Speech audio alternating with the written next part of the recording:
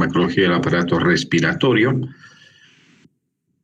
Esta primera semana vamos a ver todo lo que es asma bronquial, y la siguiente semana vamos a ver otros fármacos que se utilizan para las afecciones respiratorias, como los mucolíticos, antitusígenos, expectorantes, fluidificantes, etc. ¿Ya? Esto que vamos a ver ahora es una enfermedad frecuente y vamos a ver qué pasa con esta enfermedad en cuanto al diagnóstico y en cuanto a su manejo terapéutico. ¿Ya? Entonces, como concepto, vamos a empezar primero a definir lo que es el asma bronquial. Dice, para conceptualizar el asma bronquial necesitamos identificar primero qué pasa a nivel bronquial, ¿no es cierto? ¿Cuáles son los acontecimientos que suceden para que el calibre de la vía aérea esté obstruida o disminuida de calibre? Entonces se han identificado 3 hechos, ¿ya? El primero es que hay una broncoconstricción, es decir, hay un espasmo de la musculatura lisa bronquial, y esta es reversible. En segundo lugar, se ha visto que existe un gran componente inflamatorio. Este componente inflamatorio significa edema de la mucosa e infiltración celular. Y finalmente, a partir de esta inflamación y broncoconstricción, se puede identificar otro acontecimiento que se llama hiperreactividad, es decir, que la vía aérea tiende a mantenerse así, con un espasmo bronquial y además inflamada, ante cualquier estímulo, que no necesariamente es alergénico, sino que puede ser por otras causas. ¿Listo? Entonces, identificados los acontecimientos estructurales que suceden, se define como una enfermedad inflamatoria crónica de la vía aérea que se asocia a una hiperreactividad bronquial, ¿ya? Es decir, sucede esto frente a cualquier estímulo, ¿listo? Dando lugar a broncoconstricción e inflamación, ya, cuya intensidad varía o desaparece de manera espontánea o por acción terapéutica. Se ha visto que en las poblaciones de niños es muy común esta enfermedad, desaparece luego cuando eres joven, pero reaparece cuando eres adulto, ¿ya? Esa es un poco la edad y la frecuencia en la que se presenta el asma bronquial, ¿no? Ahora, el asma bronquial se caracteriza, hemos dicho, por edema, inflamación de la pared bronquial, pero además hay inflamación, hay hipersecreción de moco y hay un infiltrado celular inflamatorio característico, ¿no?, que es un reflejo de lo que es la inflamación del bronquio, ¿no? Se presenta en episodios llamada episodios cortos de crisis asmática, ¿ya?, que pueden revertir con o sin tratamiento. Nosotros vivimos en un medio que está muy contaminado. Ahora, se ha visto de que el asma bronquial es más frecuente en zonas que tienen mayor contaminación medioambiental que en zonas donde no existe, ¿ya? Y la población más vulnerable son los niños pequeños. Desde el punto de vista, hay una, digamos, identificación, una precisión en cuanto a definición desde el punto de vista clínico, fisiológico, histopatológico y farmacológico, ¿ya? Vamos a ver cómo se encara. Cuando se habla de una definición clínica, el asma bronquial se caracteriza por episodios de disnea, o sea, dificultad respiratoria, opresión torácica o rigidez torácica, sibilancias y a veces tos. Ahora, lo que caracteriza es de que la dificultad es en el tiempo expiratorio. Desde el punto de vista fisiológico o fisiopatológico, es un cuadro obstructivo, broncoespástico e inflamatorio que es reversible, ¿ya? Ahora, desde el punto de vista histopatológico, ¿qué es lo que se observa? Un gran infiltrado celular, tanto linfocítico como eosinofílico de la mucosa bronquial.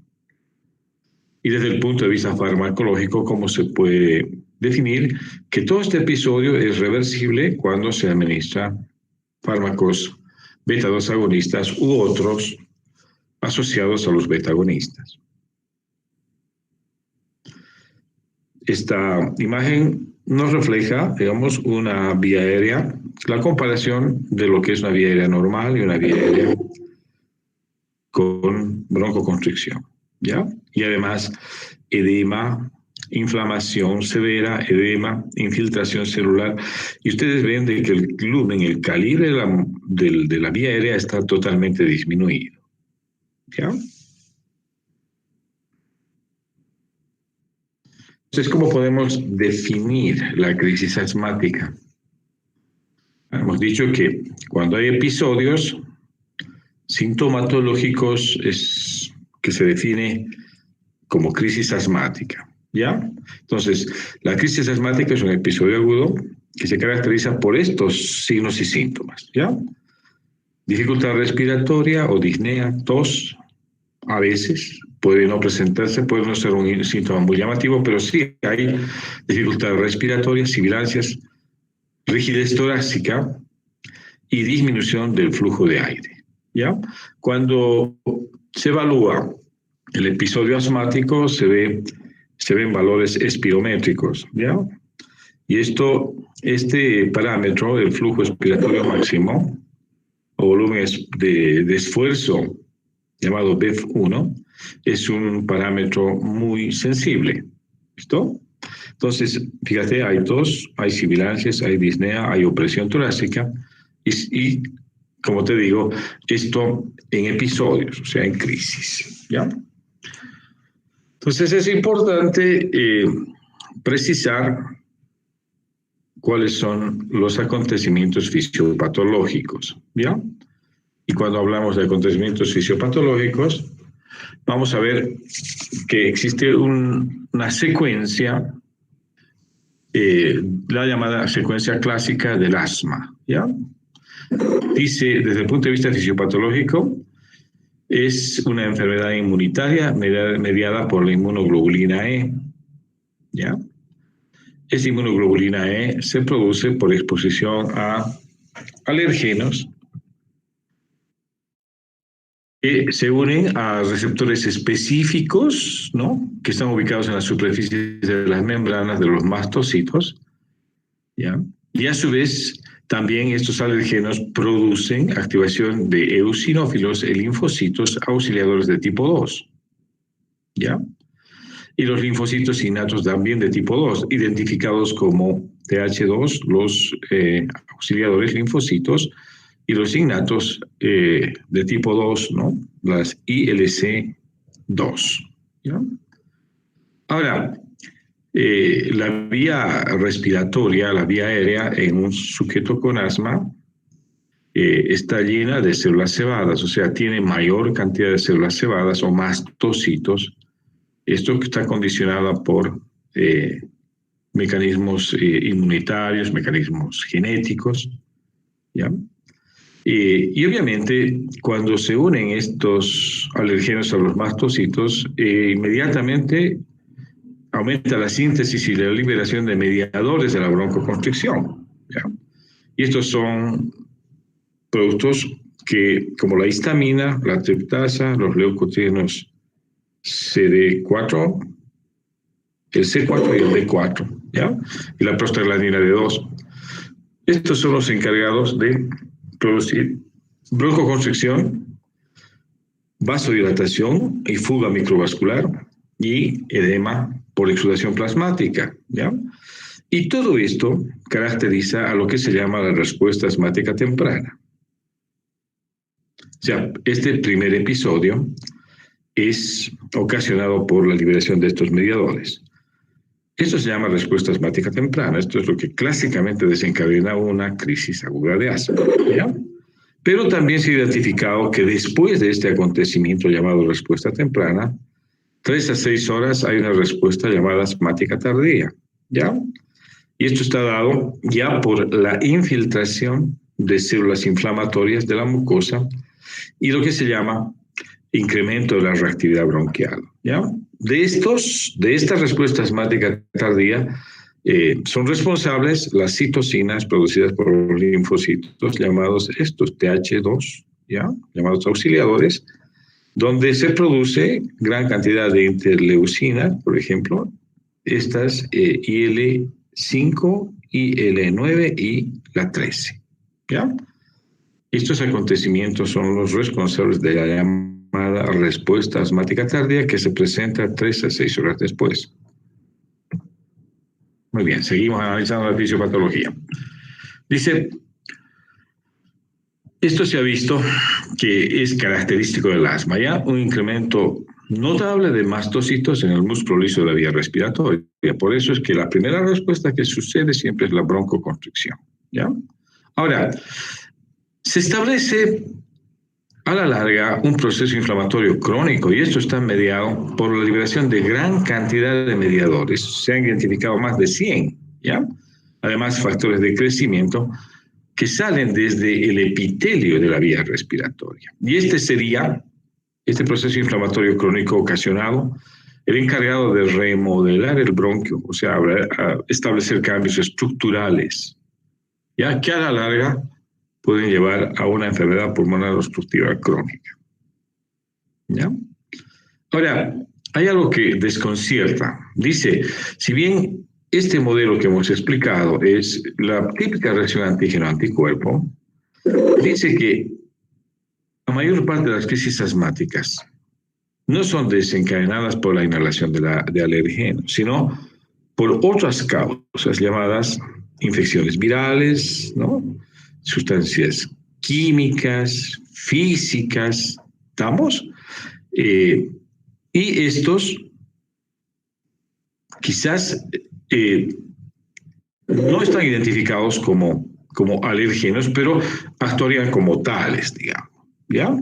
Igual, se puede, cuando se estudia a los pacientes asmáticos, se puede desencadenar broncoespasmo con estímulos no alergénicos, ¿ya? Por ejemplo, cuando se hacen pruebas de instilación de agua destilada, se les hace hacer ejercicio, se les expone al aire frío, o los pacientes que fuman, o se expone al dióxido de azufre, que es una sustancia química, realizan, o sea, estos sujetos desencadenan, en ellos se produce broncoespasmo, ¿ya? Entonces, una vez que el asma está establecido, no es necesario de que se exponga siempre al mismo alergeno para desencadenar una respuesta asmática, sino que en el transcurso del tiempo esto podría ser desencadenado, el asma podría ser desencadenado por otro tipo de estímulos, ¿ya? A eso se refiere esta actualización en cuanto a la fisiopatología, ¿no? Ahora, ¿cuántos tipos de asma existen? ¿Ya? Entonces, viendo los acontecimientos fisiopatológicos, se puede decir de que existe un asma intrínseco y un asma extrínseco, ¿ya? Entonces, vamos a ver primero el extrínseco. Este sería ocasionado por alergenos, reacción tipo inmunológica, donde participa la IgE, ¿listo? Cuando uno hace reacción cutánea a alergenos, esta da positiva, ¿ya? El paciente tiene antecedentes de alergias, puede ser rinitis alérgica, puede ser eczema atópico, y que responde muy bien cuando se administra a broncodilatadores y también a corticosteroides. La respuesta es muy buena, ¿ya? Y el asma extrínseco se inicia desde la infancia, es decir, los niños son los que responden mejor a esta clasificación de asma, ¿no? En cambio, existe otro tipo de asma, que es el asma intrínseco, ¿ya? Que es de inicio en la edad adulta. La reacción inmunológica es desconocida, o sea, no se identifican fácilmente alergénicos, ¿ya? Los anticuerpos también son desconocidos porque no hay reacción cutánea positiva, si es negativa, el paciente no tiene antecedentes alérgicos. Y obviamente cuando uno administra broncodilatadores no responden bien, pero sí a los corticoides responden mejor, ¿ya? Entonces, estos son los dos tipos de asma identificados que más o menos caracterizan a la explicación fisiopatológica, ¿ya? Vamos a ver este concepto que hemos explicado ya un poco, pero aquí lo podemos mejorar. se llama la hiperreactividad bronquial. ¿Ya? ¿A qué se llama hiperreactividad bronquial? Es decir, hay una respuesta broncoconstrictora excesiva cuando existe ya un proceso inflamatorio crónico y obviamente esta respuesta broncoconstrictora se produce frente a estímulos llamados no alérgicos, ¿ya? Físicos o químicos. ¿Estamos? Entonces, el sujeto que tiene esta característica fisiopatológica se dice que ya tiene hiperreactividad bronquial. ¿Ya? Es decir, la inflamación sería la causa de que esta respuesta se establezca inclusive frente a estímulos llamados físicos o químicos. ¿Listo? Ahora, si disminuimos la inflamación, haremos menos hiperreactivo al bronquio. Si persiste la inflamación, la hiperreactividad será increciendo, es decir, es directamente proporcional la hiperreactividad bronquial al grado de inflamación que existe en el bronquio. Aquí vamos a ver de que en el transcurso del tiempo, con la participación de células inflamatorias mediadores, se va remodelando el bronquio a tal punto que puede llegar a producirse un daño permanente. ¿Ya? Estas son las células inflamatorias que han sido identificadas, ¿ya? Que afectan a estas células estructurales. ¿Ya? Los mediadores también están aquí identificados. Fíjense, hay varios. Se han identificado muchísimos, hemos dicho más de 100, pero entre ellos están estos, los más importantes: histamina, leucotrienos, prostanoides, factor activador de plaquetas, cinina, adenosina, endotelinas, etc. Y obviamente estos son los responsables de producir broncoespasmo, edema, hipersecreción de moco y lo que se llama hiperactividad bronquial. Entonces, ¿para qué la explicación fisiopatológica? Para identificar que, los acontecimientos. Uno, identificar qué acontecimientos estructurales pasa a nivel de la vía aérea y también cuáles serían los problemas esenciales a tratar desde el punto de vista farmacológico, ¿no? El broncoespasmo, obviamente, lo vamos a tratar con medicamentos que son broncodilatadores. El exudado que hay, el edema inflamatorio, lo vamos a tratar con antiinflamatorios, ¿no? De la familia de los glucocorticoides, ¿no? Y cuando hay hipersecreción de moco, quizás esto podemos tratar con fluidificantes, ¿no es cierto? Y obviamente estos son poco los parámetros donde actuamos desde el punto de vista farmacológico. Muy bien. Ahora, esto es lo que sucede cuando hay factores desencadenantes, ¿no? Por ejemplo, la exposición a los alergenos identificados, obviamente, desencadena un episodio asmático. Pero también existen factores medioambientales, ¿no? Y aquí tenemos que ver que la exacerbación de los episodios puede producirse en cuanto a la mayor presencia en el aire de mayor cantidad de contaminantes, ¿ya? Existe un asma profesional que está vinculado con las actividades profesionales de un paciente, ¿no? O de un sujeto, ¿no es cierto? Hay niños que tienen más tendencias a desarrollar asma en la transición de la primavera, donde hay la polinización. Hay niños que, o hay adultos que tienen alergia a los aerosoles que se producen a veces como ambientadores en la oficina, o gente que trabaja en fábricas donde hay productos químicos, que tienen alergia y obviamente tienen que ser reubicados, ¿no es cierto? También el ejercicio y la hiperventilación son factores desencadenantes. Las infecciones respiratorias, se ha visto de que cuando hay resfríos comunes tipo influenza, aumentan los episodios de asma bronquial, ¿ya? Ahora, la parte emocional juega también un rol muy importante. Los episodios de estrés, periodos de desequilibrio emocional desencadenan ataque asmático. Alimentos y fármacos también están relacionados, ya que tienen que ver mucho los AINES, ¿no es cierto? Los antiinflamatorios no esteroideos están relacionados directamente con una mayor presencia de síntomas asmáticos, ¿ya? Ahora, una cosa que hay que distinguir es esto, ¿ya? El asma bronquial del reflujo gastroesofágico.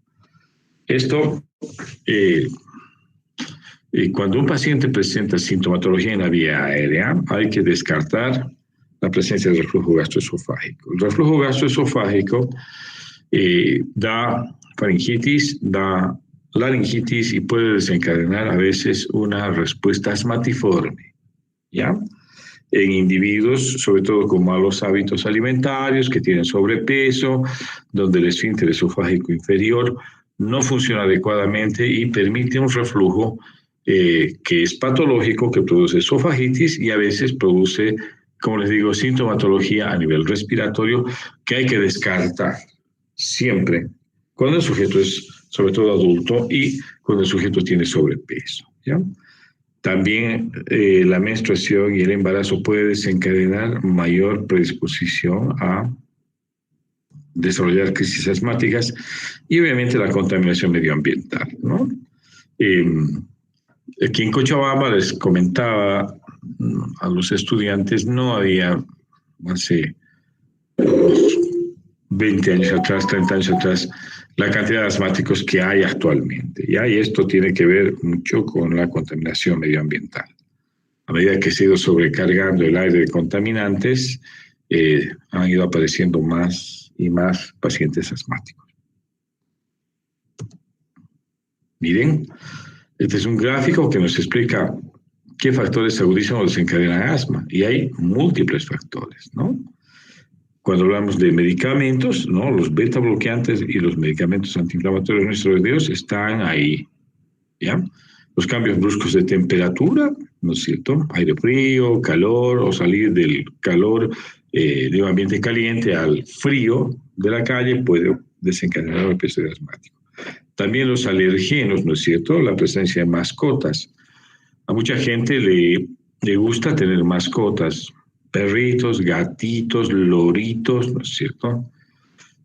Algunos tienen hasta monitos, ¿no ven? Y en realidad no son monitos, sino son neandertales que a veces son tus compañeritos de curso que son más amiguitos que otros, ¿no ven? Entonces, esos también tienen alérgenos, ¿ya?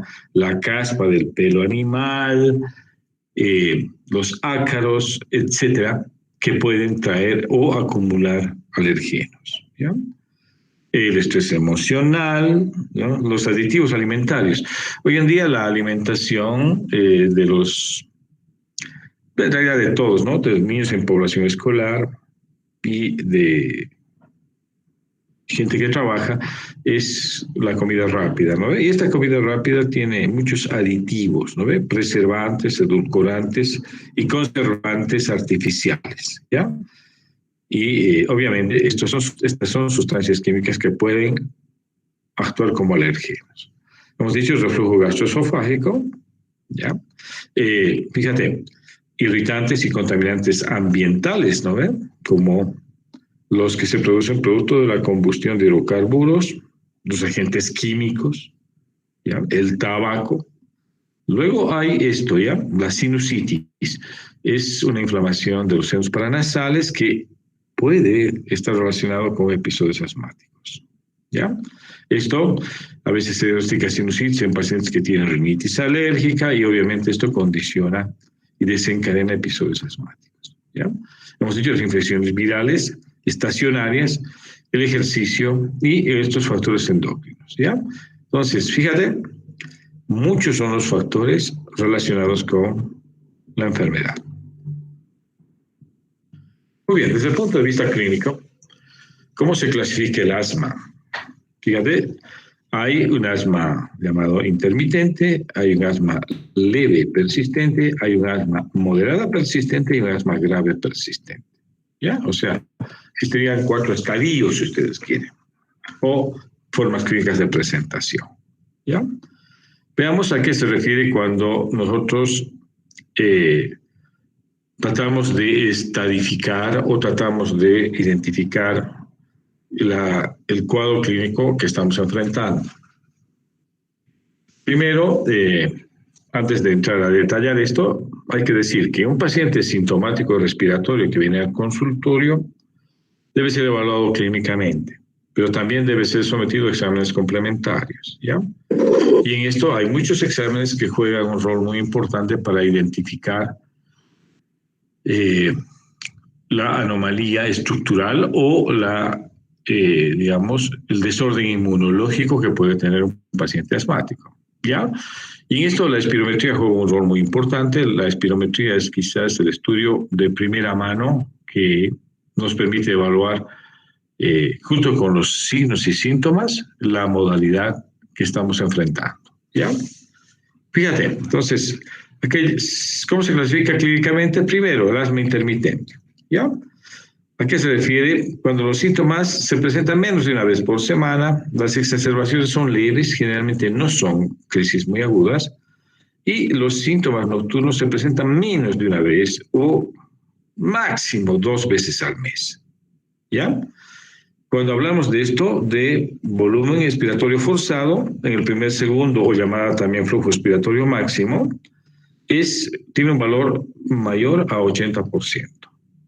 ¿Ya? Es decir, no existe gran repercusión a nivel funcional, ¿ya? Ahora, ese es el asma intermitente. El asma leve persistente se presenta cuando la sintomatología es mayor, más de una vez por semana. ¿Ya? Puede presentarse 2 hasta 3, pero no diariamente, ¿ya? Las exacerbaciones, estas sí son de mayor cantidad de veces en la noche, ¿ya? Los síntomas nocturnos son más de 2 veces al mes, pueden hasta ser 3 o 4, digamos, ¿no? ¿Ya? Y esto, cuando se presenta la sintomatología, ya no son leves, sino limitan la actividad física y afectan al sueño. En el asma leve persistente existen ya limitaciones en cuanto a lo que es la actividad física y a la parte de ciclo sueño-vigilia, ¿ya? Pero sin embargo la repercusión espirométrica no es tanto tampoco, sino sigue siendo mayor al 80% el volumen expiratorio forzado o flujo expiratorio máximo, ¿ya? Y esta variabilidad que existe entre la relación es entre 20 a 30%. Estos son variables espirométricas. Ahora, cuando se va agravando, se presenta ya el asma moderado persistente o asma moderada persistente, donde los síntomas son diarios, las exacerbaciones asmáticas limitan mucho la actividad física y el sueño, los síntomas nocturnos son mayores a una vez por semana, ¿ya? Y las variables espirométricas ya empiezan a preocupar. El flujo expiratorio, el volumen expiratorio forzado, baja a un 60-80% de su valor teórico normal, ¿ya? Y el asma grave, persistente, cuando los síntomas son diarios, las exacerbaciones son frecuentes, los síntomas nocturnos también son frecuentes, ¿no? Existe una mala calidad de tolerancia en cuanto al frío. Las exacerbaciones son por estímulos que hemos dicho múltiples, ¿ya? Y la repercusión espirométrica es mayor, ¿ya? El volumen expiratorio forzado o flujo expiratorio máximo cae a un 60% de su valor teórico, es menor, ¿ya? Y obviamente la condición del sujeto es muy, muy, muy grave, ¿no? Entonces, estas son las diferentes formas clínicas de presentación. Y obviamente los tiempos y los fármacos en cada uno de ellos van cambiando. Son los mismos. La respuesta en esta forma de asma, por ejemplo, en el asma leve intermitente o leve persistente, a los broncodilatados es excelente, ¿no es cierto? A los corticosteroides también. Pero cuando hablamos de asma grave o asma moderadamente persistente, ya la respuesta a los broncodilatados ya no es tan eficaz, quizás ya necesitan otro tipo de terapias para lograr el alivio sintomatológico, ¿ya? Bien, tenemos los aspectos epidemiológicos. Dice, aproximadamente el 20% de las consultas son por asma bronquial, ¿ya? La prevalencia en niños es del 10% cuando están entre 3 y 14 años, ¿ya? Ahora, Cuando uno está de emergencia o de guardia en un hospital, ¿no? El 1 a 3% de la consulta es por crisis asmáticas, ¿ya? Y el rango de edad en la que se presenta esta crisis está entre los 15 y los 44 años de edad. ¿Listo?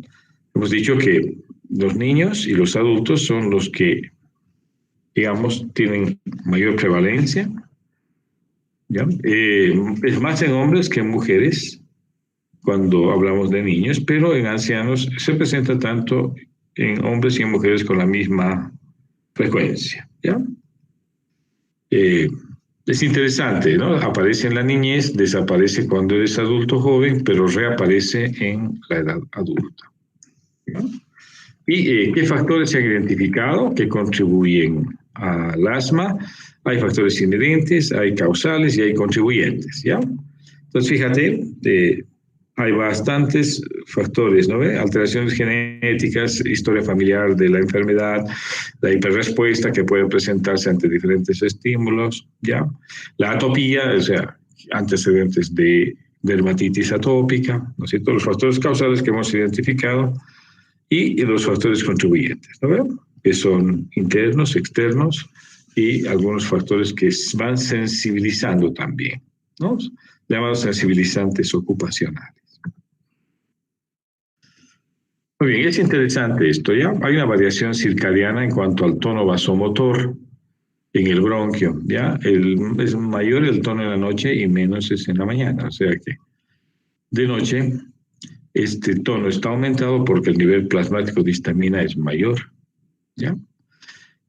Y obviamente de noche también los niveles plasmáticos de AMP cíclico, adrenalina y cortisol que contribuirían a mantener un bronquio dilatado son también menores, ¿no? ¿Ya? Hay menor cantidad de adrenalina, hay menor cantidad de cortisol por la noche y obviamente el AMP cíclico también está disminuido. Muy bien, vamos a ver el tratamiento del asma bronquial, ¿listo? Obviamente ustedes tienen aquí la imagen de un niño que se está administrando por vía inhalatoria compuestos, ¿no? O agentes farmacológicos. Pero esta es la realidad. Así se encara el tratamiento de asma.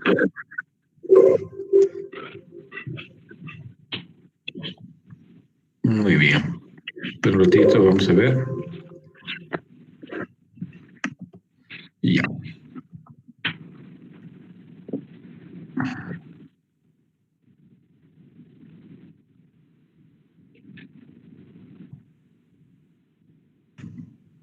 Muy bien. Entonces, identificaremos los objetivos del tratamiento del asma, ¿ya? Primero, es suprimir los síntomas cuando hay una crisis, lo más rápido y eficazmente posible. Ese es el primer objetivo, ¿ya?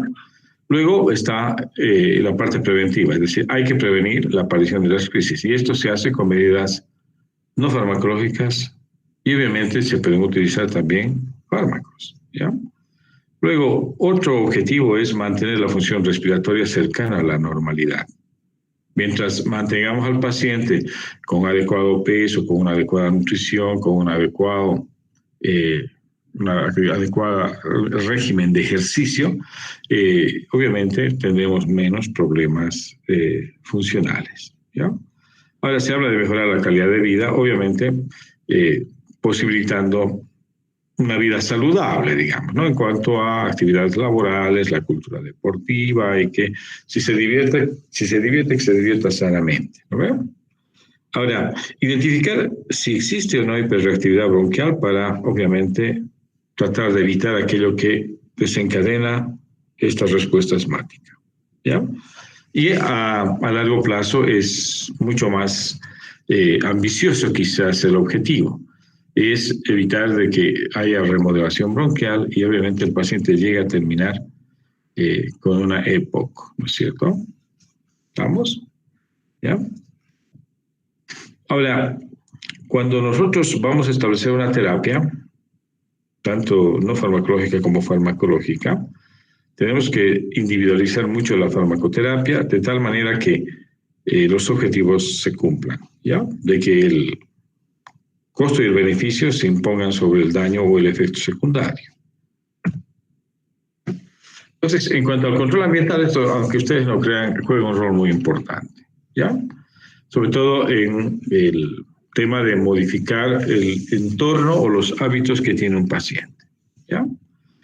Eliminación de la caspa animal, eliminación de ácaros y cucarachas, eso es algo que hay que hacer. Si el paciente o el sujeto tiene alfombras, tiene edredones, tiene peluches, etcétera, y tiene mascotas, hay que decirle que no es beneficioso para su situación de salud, ¿ya? ¿Por qué? Porque todo lo que atrae polvo, hongos aéreos o atrae pólenes no es muy saludable para él, ¿ya? También lo mismo, ¿no es cierto? Hay que tratar de identificar los materiales que están en la cama, alrededor de donde el individuo está, si está en el living y tiene alfombras, hay que eliminar las alfombras, ¿ya? En la cama lo mismo, los edredones de pluma de ganso, etcétera, hay que eliminar, ¿no es cierto?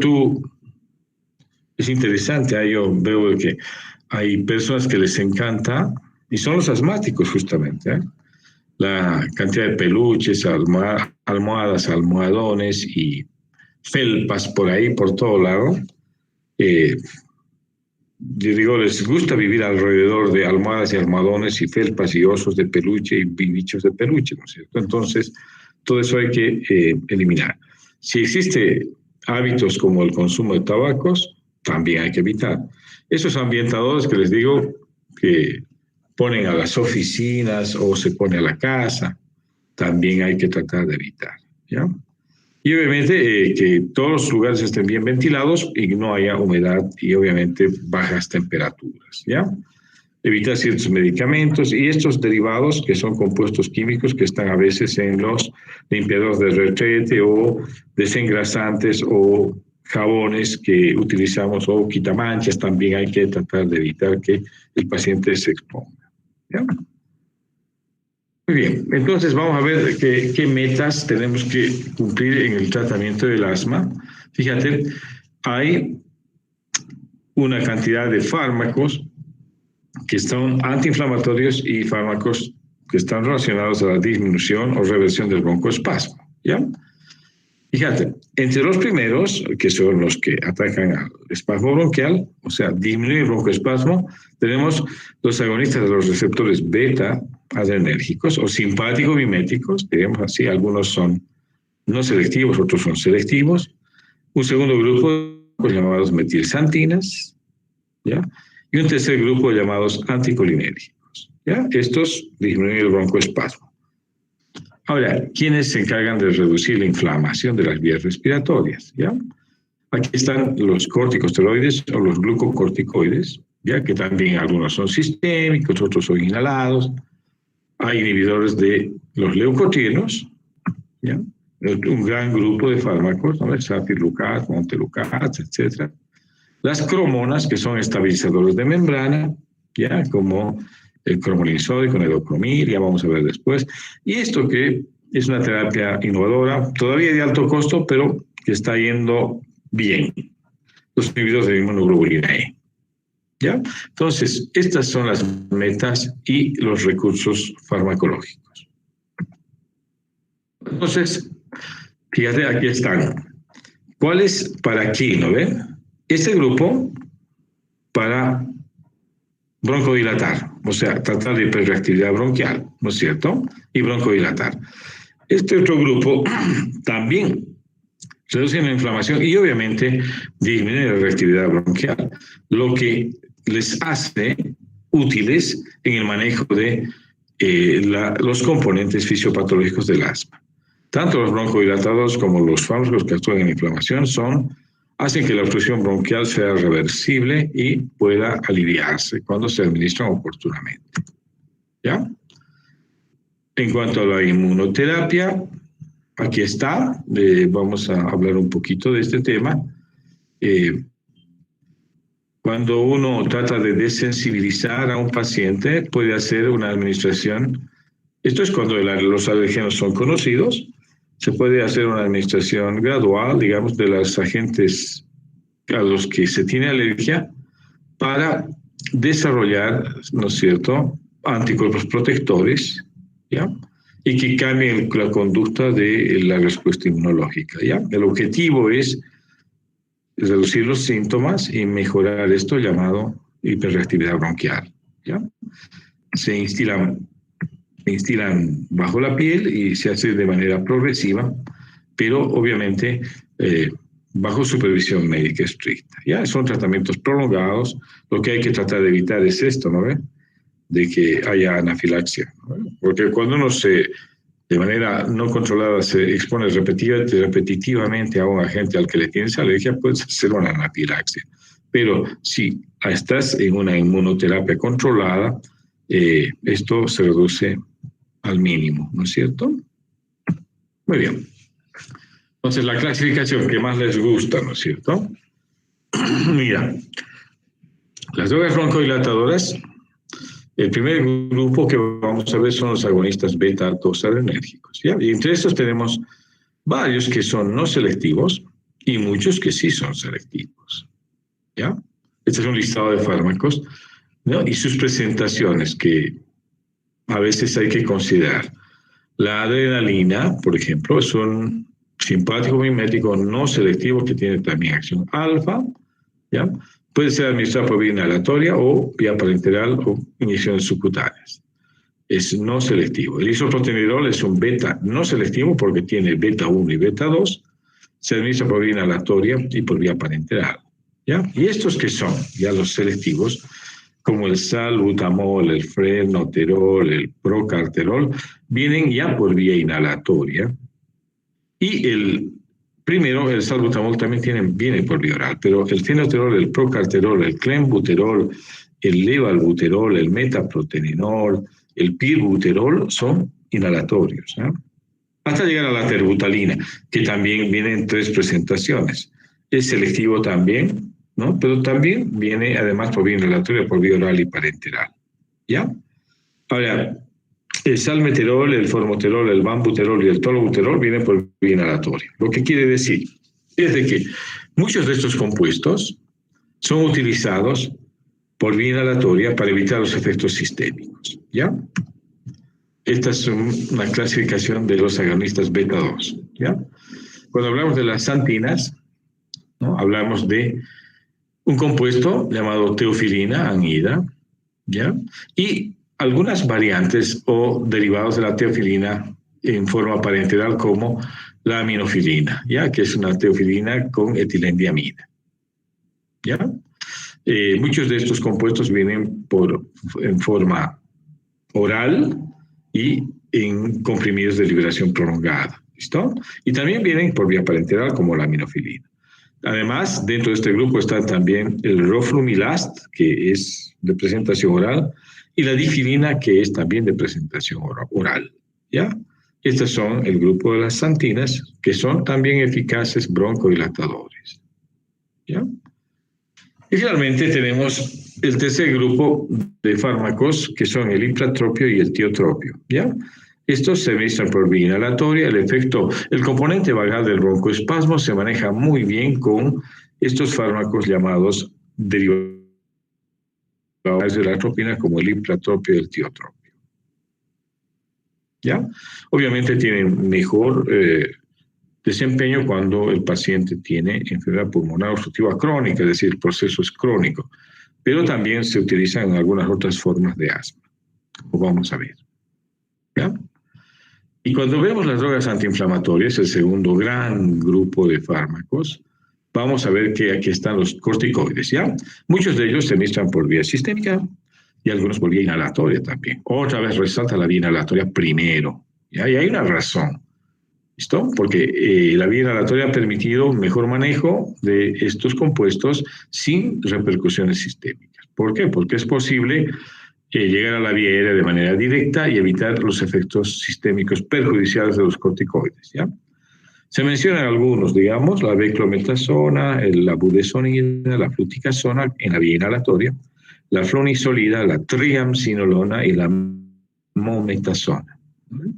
Esta semana hemos hecho práctica con los alumnos Y no entiendo por qué se enredan tanto con las palabras. Realmente a mí me llama la atención. Les cuesta decir beclometasona, budesonida, ¿no ve? Te dicen cualquier cosa, ¿no ve? Te cambian el nombre propio del fármaco y estamos en problemas, pues. Yo les digo, si no es difícil leer y decir lo que es, si es flunisolida, es flunisolida. Si es triamcinolona, no te enredes, es triamcinolona. Ahora, si te enredas, entrenate a decirlo bien, porque el día de mañana, cuando expliques a tu paciente, le dirás, pues, oiga, señora, no le he dado yo espironolactona, le he dado triamcinolona, ¿no ve? Pero, doctora, como usted pronuncia, se escucha y se entiende cualquier cosa. Entonces les digo, recomendación, aprendan los nombres propios, pero y explíquenlos bien, no le cambien la nomenclatura. Mometasona, triamcinolona, flunisolida, fluticasona, budesonide, beclometasona. ¿Ya? Corticoides por vía inhalatoria. La vía sistémica, que es cuando se aplica por vía oral, por vía intravenosa, por vía intramuscular, hay compuestos que llamados glucocorticoides. Estos son de acción prolongada y estos son de acción intermedia. ¿Ya? La dexametasona, la betametasona se administran tanto por vía oral como por vía intravenosa, también por vía intramuscular. La prednisona y la metilprednisolona. Estos, por vía sistémica, se utilizan en formas mucho más graves de asma, donde ya los inhalatorios no tienen buen resultado. ¿Ya? También, como drogas antiinflamatorias, se mencionan las cromonas, que son los estabilizadores de membrana, como el cromoglicato disódico y el metocromil. ¿Ya? Esto se administra por vía inhalatoria. ¿Ya?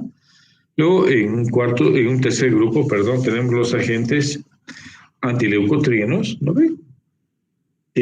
Algunos son antagonistas de receptores, ¿ya? Como el Safirlukast y el Montelukast, y otros son los llamados inhibidores de la lipoxigenasa, como el Sileutón, ¿ya? Estos se administran por vía oral. Muy bien, vamos a ver los broncodilatadores, ¿no es cierto? Entre estos están tanto agonistas beta-2 como los antimuscarínicos y los fármacos metilsantínicos, ¿no es cierto? Aquí un poco te refleja el mecanismo de acción en un gráfico, ¿no ven? Los agonistas beta-2 tienen un receptor específico, estos aumentan la cantidad de AMP cíclico y esto media la relajación, ¿no ven? Y esto vamos a ir identificando y explicando cada vez que veamos cada grupo de fármacos en cuanto a su farmacodinamia. ¿Ya? Entonces, mira, veamos los agonistas de los receptores beta-2 adrenérgicos y vamos a explicar su mecanismo de acción, ¿ya?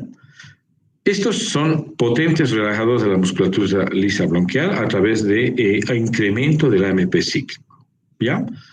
Ese es el principal mecanismo de acción. Pero también esto está coadyuvado porque inhiben la liberación de mediadores a partir de mediadores que son broncoconstrictores de los mastocitos, basófilos, eosinófilos, neutrófilos y linfocitos, ¿ya? O sea, es un beneficio adicional que no obtiene. También otro mecanismo de acción identificado benéfico es que inhiben la salida de el escape, digamos, de la producción de edema de la vía aérea, ¿ya? Inhiben la permeabilidad microvascular, ¿ya? Y otro mecanismo benéfico también es que incrementan la actividad ciliar en la vía aérea. ¿Listo? Entonces, principal mecanismo de acción, obviamente, es reducción del tono del músculo liso por vía de la delisiclasa y mayor producción de AMP cíclico, ¿ya? Un efecto broncodilatador muy eficaz. Pero además, estos tres mecanismos que son benéficos. Tenemos una clasificación de los agonistas beta-2 selectivos en los de acción corta y los de acción larga, ¿no? Primero vamos a hablar de los receptores agonistas selectivos, ¿ya? Después vamos a ver los no selectivos. Entonces, entre los agonistas beta-2 selectivos se mencionan al albuterol, levalbuterol, ¿no es cierto? El metaprotenenol, la terbutalina, pirbuterol, fenoterol, y hay varios, fíjate, mitolterol, procarterol, carbuterol, clenbuterol, ¿ya?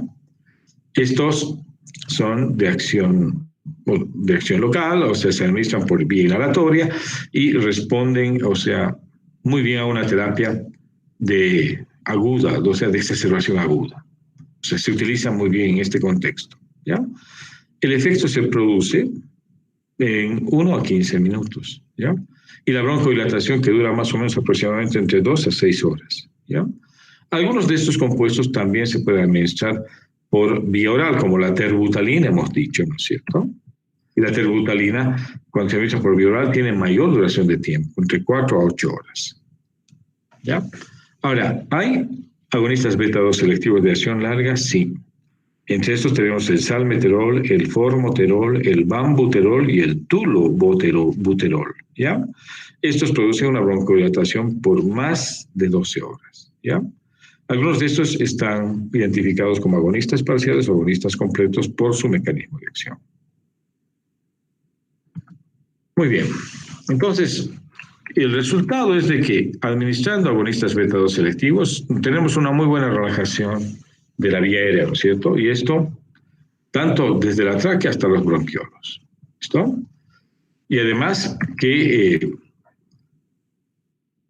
por la duración de efecto protegen, ¿no es cierto?, de la respuesta asmática tardía, digamos, que pueden presentar algunos, ¿ya? Especialmente los de acción larga, ¿ya? Ahora, un beneficio adicional, hemos dicho que estos fármacos, además de ser muy buenos broncodilatadores, inhiben la liberación de mediadores de mastocitos, ¿ya? Tanto a partir de los mastocitos como de componente vagal, digamos, del broncoespasmo, como es la liberación de acetilcolina y la producción de, a veces, un broncoespasmo por acción muscarínica, ¿no es cierto? Entonces, inhiben la liberación de estos mediadores, tanto de mastocitos como de las terminaciones vagales que liberan acetilcolina. Ahora, esto es importante, ¿ya? No inhiben la respuesta, esta hiperreactividad bronquial, es decir, no inhiben esta respuesta tardía, especialmente los de acción corta, no inhiben la respuesta tardía o retardada, ni tampoco la hiperreactividad bronquial. Es decir, a esto, cuando se presenta esto, quizás es importante pensar en los glucocorticoides, ¿ya? Ahora, fíjate, otra cosa que se ha visto es que utilizados por largos periodos de tiempo, no disminuye la hiperreactividad bronquial. Y en algunos casos puede incrementar el rebote de esta hiperreactividad bronquial, ¿ya? Ahora, sobre todo cuando se suspenden bruscamente los tratamientos. ¿Listo? ¿Por qué se explica esto? Porque estos beta-2 agonistas no inhiben los macrófagos ni los eosinófilos, que son las células involucradas en la producción de este fenómeno inflamatorio que conduce a la hiperreactividad bronquial. Cuando hablamos de esto, hay que pensar siempre en antiinflamatorios, como los glucocorticoides. Bien, ¿cuáles son los efectos farmacológicos de los agonistas beta-2 selectivos? ¿Bien? Se obtiene broncodilatación, hay un incremento de la actividad mucociliar, disminuye la hipersecreción bronquial porque hay una secreción espesa que forman tapones y que es difícil de expectorar. Esto disminuye. ¿Estabilizaría las membranas de mastocitos y basófilos? Sí, ya, pero no disminuye la hiperreactividad bronquial, hemos dicho. Disminuye la permeabilidad microvascular, lo que disminuiría también la aparición de edema y que esto contribuiría a permeabilizar mejor la vía aérea. Perfecto. Y también esto que es otro efecto, que es la disminución de la migración leucocitaria. Muy bien, entonces, ¿en qué casos se indica? En la profilaxis y o tratamiento de formas de asma aguda, asma persistente, asma intermitente y el asma relacionado con el ejercicio. Entonces, estos agonistas beta-2 están indicados en la profilaxis o el tratamiento de asma agudo, asma persistente, asma intermitente y asma en relación con el ejercicio. ¿Ya? Muchos de estos compuestos se administran por vía inhalatoria, ¿ya? Y a veces hay que enseñar al paciente a manejar su inhalador. ¿Ya? Estos puffs son los dispositivos que nos permite utilizar esta vía de administración, ¿ya? Muchos de estos inhaladores son presurizados, de dosis controlada, pero lo que hay que tener cuidado es de que el paciente haga las cosas, la administración correcta, y no vaya a parar la inhalación, entre comillas, al tubo digestivo y no lleguen a la vía aérea, ¿ya? En realidad, cuando uno hace esto y lo hace bien, solo el 20% del fármaco llega al pulmón, el resto se queda en el camino, ¿ya? Entonces, si hay esta realidad de un inhalador bien aplicado, con mayor razón tenemos que hacer énfasis en explicarle al paciente cómo debe administrarse esto, ¿no ven? En realidad se le dice que cuando vaya a administrarse inhaladores, haga una expiración forzada, luego introduzca el inhalador en la boca, haga la administración, 1 o 2 puffs, luego inhale profundamente y aguante la respiración un momento hasta después, para después exhalar de a poco, ¿ya? Entonces, aguantándose lo más posible. ¿Listo? ¿Para qué? Para que el medicamento realmente llegue a la vía aérea inferior, ¿no? Que es el sitio donde queremos que actúe. Ahora, ¿tienen reacciones adversas los agonistas beta-2 selectivos? Lógicamente, lo tienen, ¿ya? Y estas reacciones adversas están dadas, primero, por la misma acción adrenérgica y por la dosis, ¿no? Es decir, ahí importa mucho la dosis que se administra y el mecanismo de acción. ¿Cuáles son las reacciones adversas identificadas más frecuentemente? ¿No? Hay un temblor fino de las extremidades y esto es por efecto beta-2. Ahora, muchos de estos fármacos producen taquicardia y palpitaciones. Hemos dicho, puede ser de que se pierda un poco la selectividad cuando se utilizan sistémicamente, porque muchos de estos fármacos pueden tener acciones sistémicas si es que no son bien administrados, ¿ya? O cuando utilizamos, obviamente, agonistas o simpáticos miméticos no selectivos, ¿no? Que tienen también efecto alfa o tienen efecto beta-1. Entonces, pueden producirse taquicardia y palpitaciones, ¿ya? Las arritmias cardíacas, obviamente, por efecto beta-1. Ahora, a nivel del sistema nervioso central se produce intranquilidad y nerviosismo, ¿no? Puede haber una disminución de la presión de oxígeno por una modificación del flujo sanguíneo pulmonar y el cambio de lo que se llama relación ventilación-perfusión, ¿ya? Ahora, lo que se ha visto es de que hay una ineficacia progresiva, ¿ya? Cuando se utilizan en el transcurso del tiempo, ¿ya? Puede ser de que los receptores van desarrollando una respuesta distinta a medida que va pasando el tiempo, ¿ya? Y otra cosa que se ha visto es que existe, esto sería por taquifilaxia o tolerancia, ¿ya? Se ha visto también. Taquifilaxia es cuando se presentan las primeras administraciones y la tolerancia es cuando los tratamientos son muy prolongados, cada vez es menos eficaz la acción de los beta-2. ¿No? Aquí tenemos algunos de los compuestos más utilizados, ¿ya? El albuterol, aquí tienen la dosis en adultos, dosis en niños y se ha visto un poco la respuesta, ¿ya? El albuterol es un compuesto muy utilizado, ¿ya? Vienen por vía inhalatoria, ¿no? A una dosis más o menos de 90 microgramos por puff, ¿ya? Y se recomienda a veces 4 a 8 puffs cada 20 minutos, eso durante el episodio asmático, luego 1 a 4 horas de acuerdo a necesidad. ¿Listo? En niños también, aquí está la dosificación. Y obviamente el albuterol es un selectivo beta-2 que es muy efectivo tanto por vía inhalatoria como por vía sistémica, ¿ya? Ahora, si comparamos qué vía preferimos, a un principio en las formas de las primeras crisis asmáticas es mejor por vía inhalatoria, obviamente. Ya la terbutalina es otro fármaco, ¿no ve? Que viene tanto por vía inhalatoria como por vía oral. Aquí está la dosis inhalatoria, ¿no? Tanto en adultos como en niños. Y obviamente Las observaciones son que la eficacia es muy buena por todas las vías que están recomendadas. Y ahora vamos a ver los agonistas no selectivos ahora, que son generalmente por vía parenteral administrados. Y obviamente aquí está la epinefrina, ¿no es cierto?, que se administra por vía subcutánea a esta dosis de 0,3 a 0,5 miligramos, ¿ya?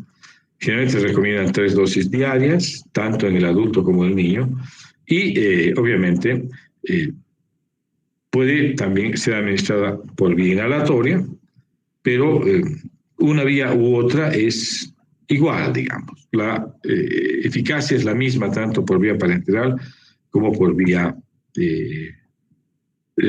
inhalatoria. ¿Ya? Aquí está, digamos, la vía inhalatoria. Esto es la vía subcutánea, esta es la vía inhalatoria. La máxima broncodilatación que se observa con epinefrina es a los 15 minutos y se mantiene más o menos a 1 hora, 1 hora y media. ¿Ya? La desventaja de la epinefrina es que activa receptores alfa también. Puede haber gran cantidad, una repercusión cardiovascular muy severa, ¿no ve? Como arritmias, taquicardia, empeoramiento de la angina, o sea, por sus efectos beta-1. ¿Ya? Y otros agonistas no selectivos, ¿no?, que son tratamientos alternativos. Tenemos al isoproterenol, que es un agonista beta no selectivo, ¿no ve? ¿Ya? Este es un potente broncodilatador y también viene por vía inhalatoria. ¿Listo? Estas son la dosis de 80 a 120 microgramos. Es muy potente broncodilatador. En 5 minutos es eficaz, pero la desventaja es que, como es beta-1 también, agonista, produce arritmias cardíacas. Muy bien, ¿cómo vamos en tiempo? Yo creo que estamos bien.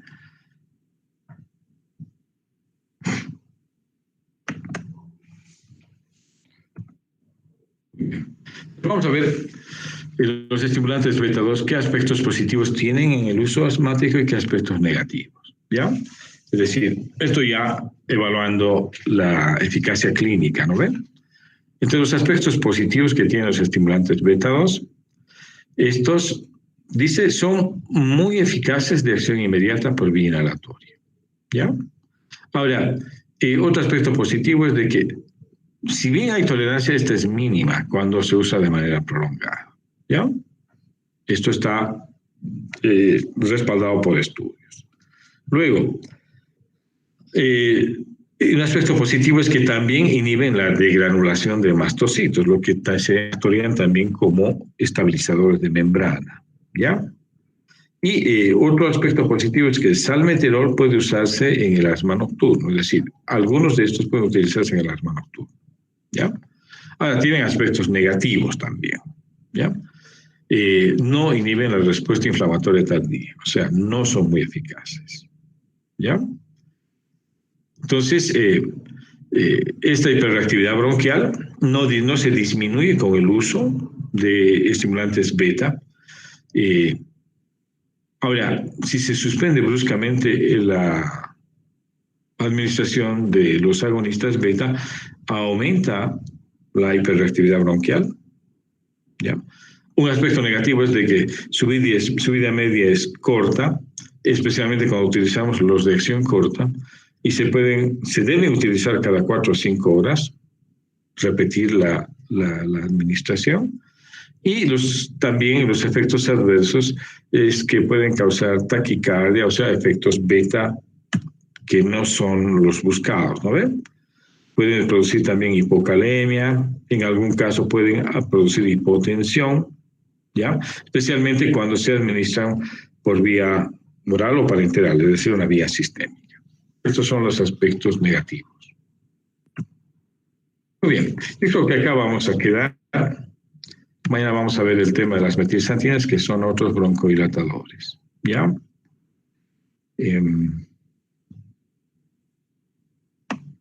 Muy bien. Vamos a hacer un control de sueño, porque hay algunos que son campeones, ¿no ven? Para abandonarme, ¿no es cierto? Muy bien. Una recomendación para las clases que están programadas, para que no me anden pidiendo permiso, entren por la plataforma directamente, ¿ya? Farmacología Generalidades, así pueden acceder directamente. ¿No es cierto, Paola? Tú has entrado por ahí, tú has sido la primera en ingresar. Sí, doctor, directo desde la plataforma. Directos de la plataforma, porque si entran por el enlace desde su correo, siempre tengo que admitirlos, ¿no? Yo cuando empiezo la clase ya no puedo ir admitiendo